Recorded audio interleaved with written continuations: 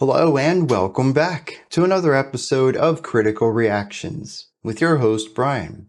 We're going to continue on with this week's theme, exploring LGBTQ artists to celebrate Pride Month.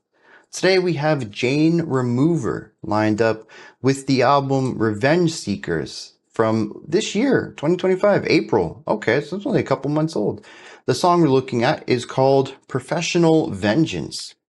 Let's dive in and see what Jane Remover is bringing to the table today.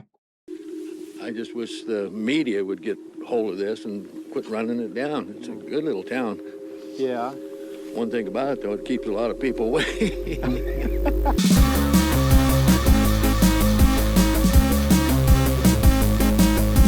Change service.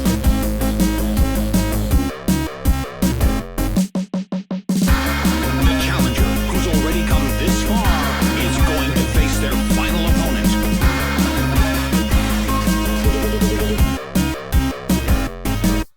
Yeah, that fun little hocket there.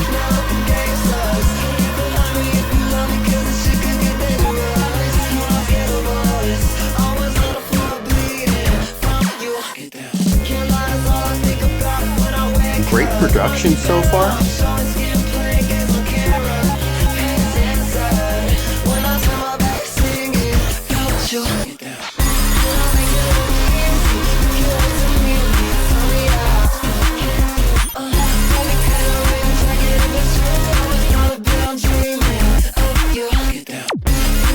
Really interesting jumping back and forth between these very large sounds and then the staccato notes. You can really feel the space in the staccato moments.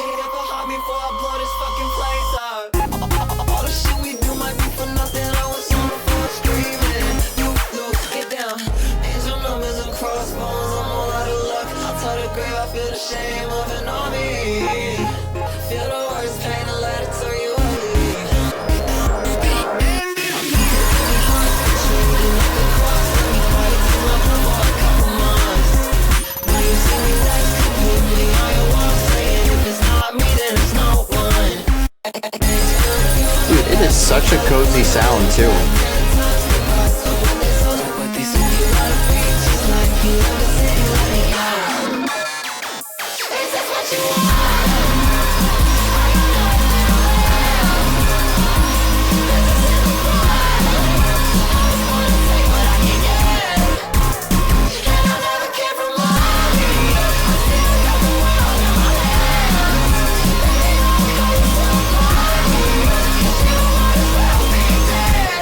Curious what's going on here with the vocals being drowned out by the music.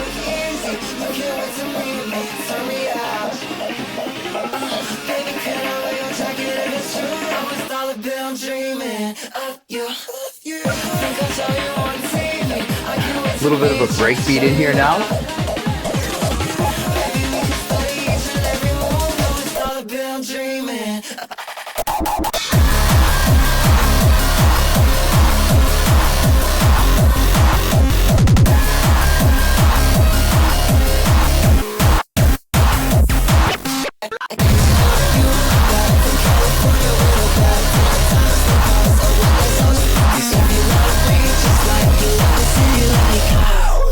Let me go, let me go, let me go, let me go, let me go, let me go, let me go, let me go, let me go, let me go, let me go, let me go, let me go, let me go, let me go.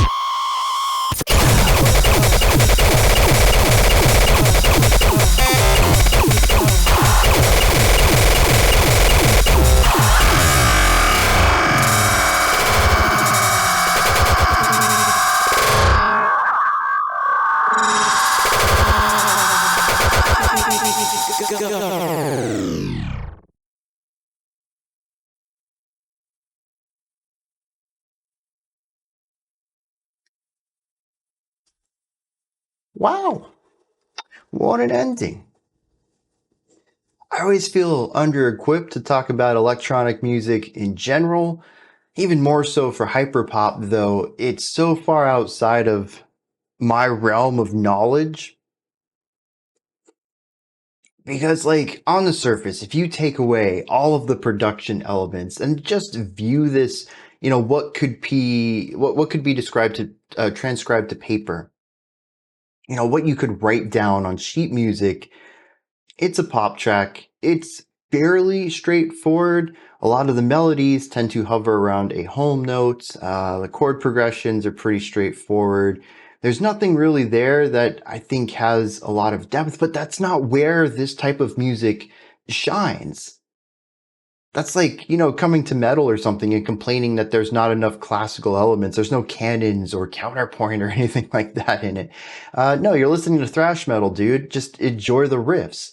So, me coming at this from my typical uh, perspective, I always feel like I'm overwhelmed and under-equipped to do it justice. So I will, as usual, try my best. And primarily, I guess, not really describe what's going on or, usually I get into how the music is effective, why the music is effective. I don't know if we're going to get into that for something like this, but I will tell you all of the things that I quite enjoyed in this and what caught my attention as interesting or intricate or something like that. So to start, it seems, I, I don't know, like the obvious place to start is the production. It's solid. I love the placement of instruments. I love the timbres. What are there? I've 50, 60 instruments on this. I'd really be interested just how many stems are present for this, how many tracks in general, how many instruments are being used. It's a lot. And the thing is, too, is I would wager, even for something like that four on the floor, bassy, blasty, phasery sound that is present in so many of the sections, I'd wager that's not even just one instrument. It's probably a couple of them all doing the same rhythmic pattern over and over and over, but with all of their textures combining into this new instrument. So I hear a lot of, I guess, what we could call composite sounds on this, which is just another aspect that I'm really intrigued about. And again, so far outside of my usual area of expertise, but it is something I noticed. But what I think works really well for me in the realm of production is placement of instrumentation. There is a very purposeful use of space on this track. And it's consistent from the beginning to the end. We can hear it even in the core lick, the core loop. Yeah, all right, I got some electronic terminology. The core loop of the track is these really big sounds, long held out legato tones, and we juxtapose that with these short, abrupt staccato notes. Now, granted, those staccato notes have a very long tail to them too. They hit and then they sort of open up a little bit and then they slowly fade out. It's like boom, boom, boom. It's not like dot, dot, dot, like a super short staccato accent, but they are shorter than the longer held out notes. And you do get a glimpse of space between these notes. And so we have like 60, 70% of this phrase taking up so much space. And then we get to see room between all of these notes in the last, third of the loop. And that's just one way that space is used. There's a lot of textural sounds, ornamental ideas, little sounds peppered around the outskirts of the song, really showcasing where the exterior of this track is, the extent of the shape and size of this song.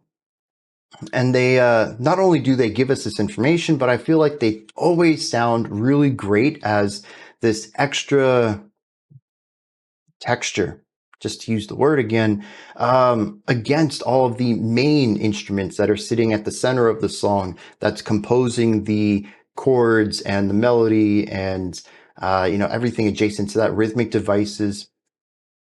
And it all tends to work really well together. And as I said, all of this makes what did I describe? Comforting or warm? One of those two words. It's just a joy to listen to. I don't know what it is about this song in general. I don't listen to a lot of hyperpop. I don't listen to a lot of electronic in general, but this song just feels right. Feels like I should be here. I don't know. Maybe that's an aspect of the song. Maybe it's a calling that this is where I need to further my hyperpop journey. But I quite enjoyed my time in it. Put a smile on my face, and a lot of that comes down to sounds and spatial elements and the production in general. Because, like I said, everything else, once we talk about the compositional side, is a little less interesting, although it is still effective, right? So, like when we listen to the vocal melody, a lot of the times, it has a home note, kind of dip down a little bit, dip up a little bit. It's just a little bit of movement there. We don't have a lot of large leaps. We don't actually change too far from that. Most of the sections are all in the same range of pitches.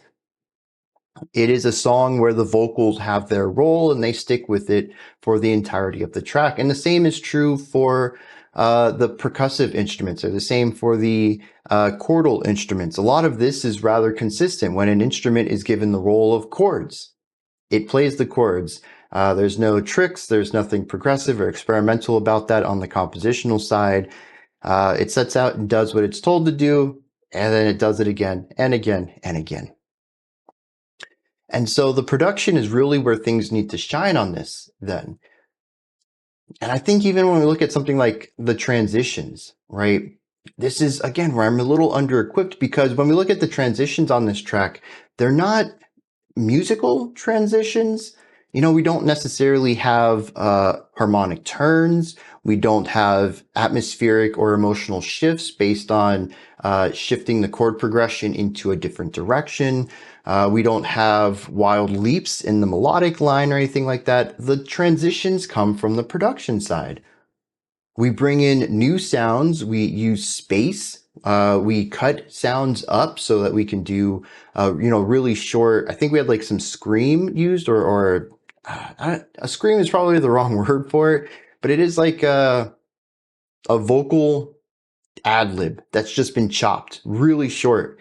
And we kind of have a couple of those, and then like shattering glass, and then like a phaser sound, and you can create really cool, rhythmic, wildly diverse texture things going on here. And they work, dude. The transition throughout this track are consistently cool. And I love that. There's also something I noticed about them too, is that I don't think any transition was reused, and almost like a drummer would have a different drum fill every time that they were helping transition from a verse to a chorus or something like that. The same happens here, except instead of a specific rhythmic pattern, we're actually looking at instruments or sounds or samples and stuff like that. And I don't think we ever saw the same combination of samples in the same rhythmic pattern at all throughout this entire track. Every transition seemed to be handcrafted rather than copy pasted after they built one, just copy it to the next time. And that adds a lot of flavor to the track, and it keeps things sounding interesting. Again, everything that I've talked about so far is that musically it's pretty expected, but on the production side, it's unexpected. There's always something new being thrown at you, something interesting, something worth listening to, and the transitions are no different. So I'm really happy about that. There was one specific sound, I think, that I wanted to bring up, though. And unfortunately, I cannot remember what that was. And usually around this point in the analysis, this is less of an analysis and more of just a description of things. I bring up like emotion, atmosphere, narrative, and musical storytelling. What is the song saying to me? And this is one of those cases where I feel I'm a bit out of my depth too. And if y'all go back to some of the early days in my channel when I was first being introduced to metal, I'm kind of in that same boat there, where I just don't have enough exposure to this to have an understanding of this language or this a dialect might be a better metaphor for this. I understand the notes, I understand the sounds, but they just don't mean the same things that I expect them to. And it's more about needing to spend time with this in order to be able to understand it better. Because to me, this just sounds like a fun, noisy, dancey track. It feels very upbeat, very light, again, very fun. There's a lot of bassiness to it, but it's not done in a way to bring the song down. There's a lot of large layered sections, but again, it's not to present weight. All of it's done in the name of, almost in a sense, rule of cool. Why do we do this? Dude, it sounds sick. Why wouldn't we have done it? um, and that's kind of the perspective I see a lot of this song through. And it doesn't allow me to get that emotional read on the music. And I think that's just something I need to, again, spend more time with sounds like this, but maybe even in particular Jane Remover's music, in order to get better at understanding what it's telling me. But I think wrapping this section up before we dive into the lyrics, I quite enjoyed this. There's some neat things in here. It tickled my brain in fun ways. It was kind of quick. It was, I mean, it's only 4 minutes long, but it felt much shorter than that. And it's just constantly throwing new things at you. And y'all know how much I love novelty. This was a very novel song. So that's where I'm at with it right now. Let me dive into some lyrics on this, see what's going on there, and then we're going to wrap this one up. Much like the music, there is a lot going on in the lyrics, so I could be very wrong about this interpretation. And there might actually even be more to it. Maybe I'm only getting the surface of it, but there seems to be two main threads here. The first being about this relationship of having a you. The chorus says, you can't wait to meet me and turn me out. Baby, could I wear your jacket if it's true? I was dollar bill dreaming of you. I can't wait to meet you and show you out. We can study each and every move. I was dollar bill dreaming of you. So we have that part of the song too, but then we also have another part of the song, which is primarily in the verses, which is about making it big and wanting to pursue this goal. Presumably, if this is about the artist, it's about trying to make it big in the world of music, but kind of not having the self image to maybe go through with that. Maybe the Spotify numbers aren't doing that great or whatever, and they wonder if maybe they shouldn't be doing something else. Verse 1 says, I can't lie, it's all I think about when I'm awake. Maybe it'd be better off showing skin or playing games on camera. Verse 2 says, no one has to know I want this more than love. Get behind me before I blow this place up. Let's see, I'm all out of luck. And what else do we have in there? The bridge also brings in a little bit of this too. It says, business in the front. I was born to take what I can get, and I never came from money. I still got the world in my hands. So there's a lot of elements in here of trying to make it big, knowing you're small, knowing that you didn't come from, rich or well-known family, and that you have to earn everything that you're going to get, and saying, you know what? It doesn't matter. I'm still going to get big out of this. But having that little voice in the back of your head that tells you maybe you're delusional. Maybe you're not cut out for this. Maybe it's not going to happen. Dude, I think every small artist has been there. This is a song that I think can resonate with a lot of people. Myself included, even. So, I put music out there and I certainly don't live off of it. So I totally get it, man. But it's really interesting to see these two lines though. And like even the second verse kind of crosses the threads a little bit, where we have a little bit of bringing someone else into your world, but also wanting to chase your dreams. I'm curious if this song is really that mix of ideas. wanting to make it big, knowing you got to give it your everything, but also wanting to divert some of your attention to someone you care about, someone close to you, and wanting to bring them with you. The idea of dollar bill dreaming, even within the chorus, says it says I'm dollar bill dreaming of you. What if you isn't another person? What if it's the personification of fandom, of fame, not fandom, of fame, of stardom? What if this song is about making it big and trying to metaphorically get into a relationship with being a big musical act, about being famous? Maybe that's what it is.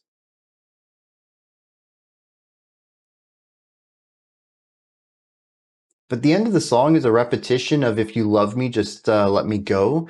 And I'm curious if this isn't a request to fame to let me go. I don't want to fantasize about this. I don't want to get hung up on this. I just want to make music. Yeah, I want to, have that be my primary income. I want to be able to live off of my art, but I don't necessarily want it to overcome me, to devour me. I don't want it to destroy my love with my craft, with my passion. It's very easy to chase the stardom, the money, all of that, and kind of associate the negativity, the pain, the anxiety of that with the art itself because they're so interlinked. And if that fame never comes and you keep putting your heart and soul into your art, it can certainly sour your passion for the art too. I mean, I've said this before, but I went to school for music. I tried to live off of my art. I did some commission pieces earlier in my life, and at a certain point, it just wasn't working. And I didn't write music until 5 years ago or so when I started this channel back up, and y'all introduced me to a lot of new music. I stopped even listening to new music. I was still hung on stuff from the 90s and 2000s. Y'all introduced me to new stuff. I got new inspiration in a sense. Y'all are my muse here. And that encouraged me to make the composition jam, which was a way of forcing myself to have a monthly deadline to release music. And a way to, it was a nice activity for the community too. And we haven't done that in a while either. I got to get back on that because people need it. Having that little push to make music, I think, helped a lot of people, myself included, to just get it done. It's easy to let life get in the way of that. So, anyways, like I get this song, dude. I really do. It's interesting too because the intro has a couple of samples in it, and the last one says that challenger who's already come this far is going to face their final opponent. And that's right before the vocals kick in for the first verse and says, "Baby, you can turn back now if this game sucks.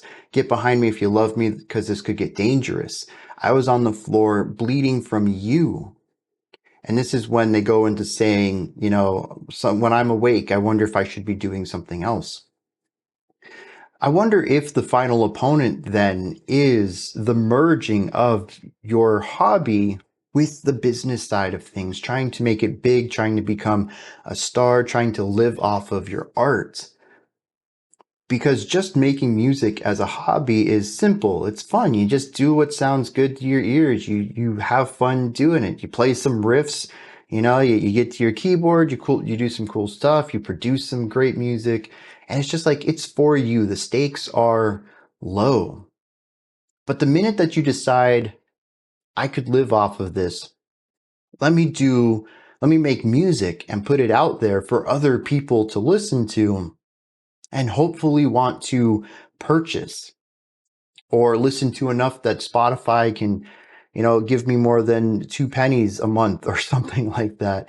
That's when it gets dangerous. You're bringing money into the equation, and majority of the times when you bring money into the equation, it kind of has a possibility of disrupting all the good stuff that was in that aspect. The joy of making music, the low stakes, I mean, it can easily rip that out, and it can disrupt your relationship to your art. So I wonder if that's what the final opponent is. The big boss of making music is trying to bring that business side into it. Yeah, dude, I think that's what the song's about. This is all about trying to make it big, wanting that, and not just wanting it, but understanding the risks that come with it. But knowing that this is what you want anyways, you're willing to gamble that because you know that these are the risks, and hopefully that puts you in a better position to deal with them.